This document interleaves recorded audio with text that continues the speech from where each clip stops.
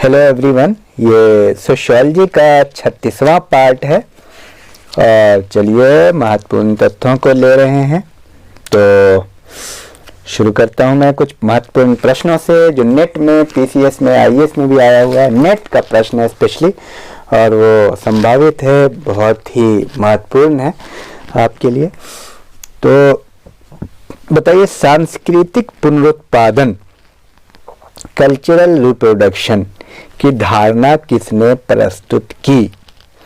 बहुत महत्वपूर्ण है। पी बोल्डिव या मैलिनोस्की?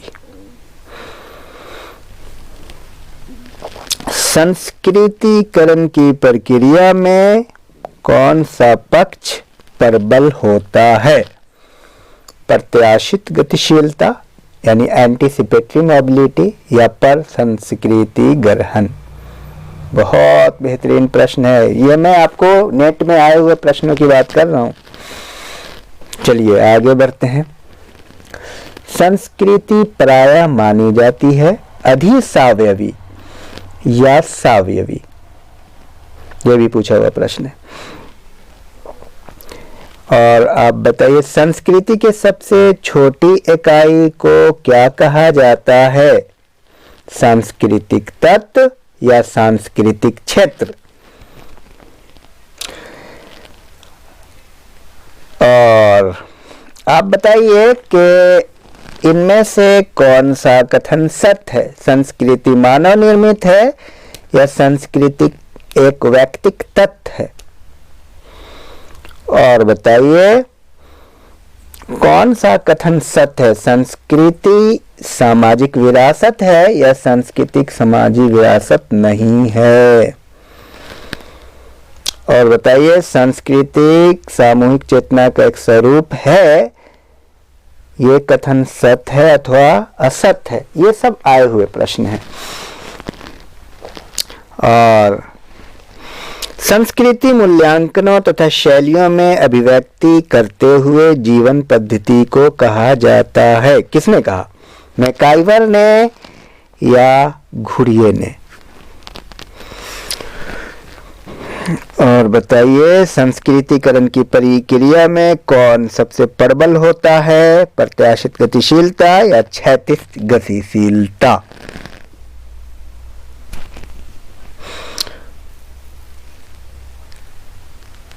और बताइए, कौन सांस्कृतिक सापेक्षवाद को रेखांकित करता है?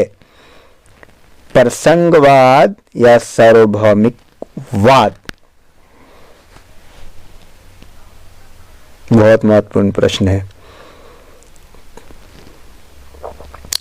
जो प्रतिमान स्थिर होते हैं तथा एक संस्कृति से दूसरी संस्कृतियों में, एक युग से दूसरे युग में भिन्न नहीं होते हैं, क्या कहलाते हैं?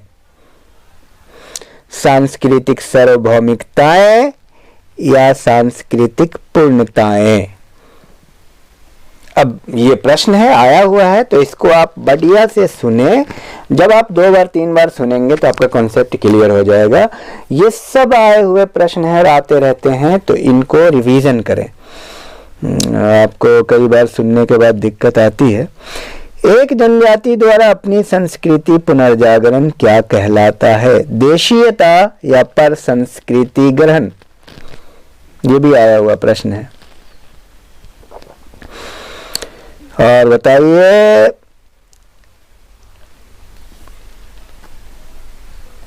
संस्कृति आनुवंशिक गुणों की समग्रता है, ये कथन सत्य है या असत्य?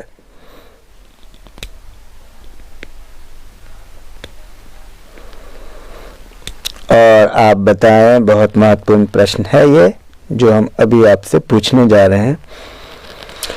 एक समाज को विशेषीकृत तथा अन्य समाजों से पृथक करने वाले परिचायक गुणों को के समष्टि को क्या कहा जाता है? संस्कृति समुच्चय या संस्कृति गुण? आया हुआ प्रश्न है। एक विशिष्ट समाज के सदस्यों के जीवन अभिकल्प के रूप में संस्कृति को किसने परिभाषित किया?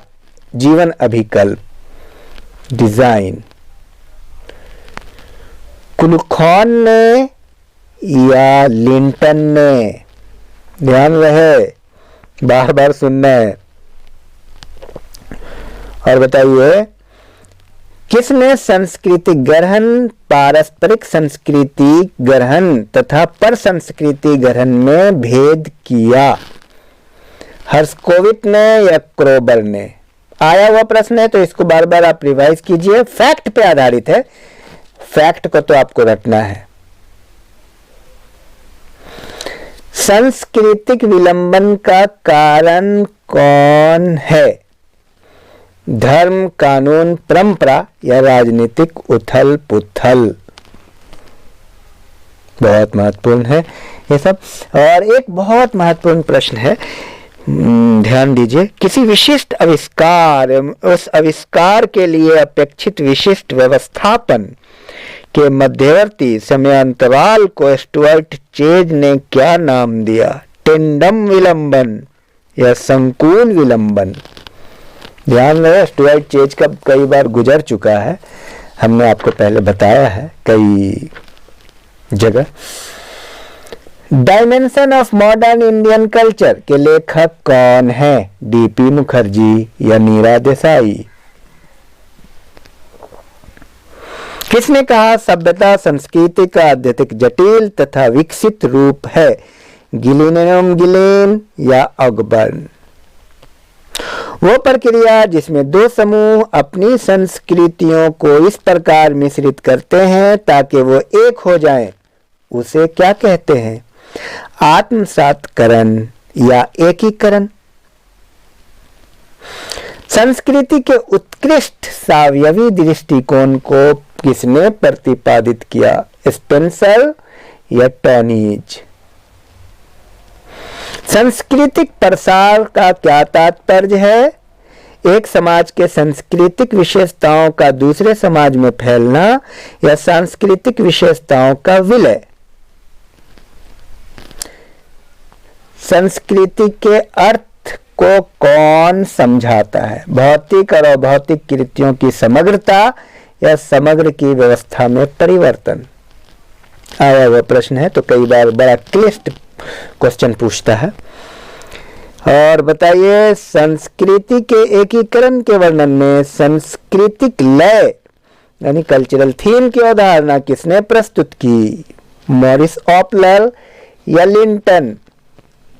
समाजशास्त्र की दृष्टि से संस्कृति द्योतित करती है मानव का अधिगत व्यवहार या व्यक्ति में परिष्कृत? आया हुआ प्रश्न है, इसमें कुछ कर नहीं सकते हैं, बस आप याद कीजिए, ध्यान दीजिए। राइट्स दी पैसेज शब्दावली किसने प्रस्तुत की? वान गैनप या रेडक्लिफ ब्राउन? तो ये रहा, ये प्रश्न काफी बार आए हैं, रिवीजन करते रहिए, रिपीट होता रहता है। Thank you very much.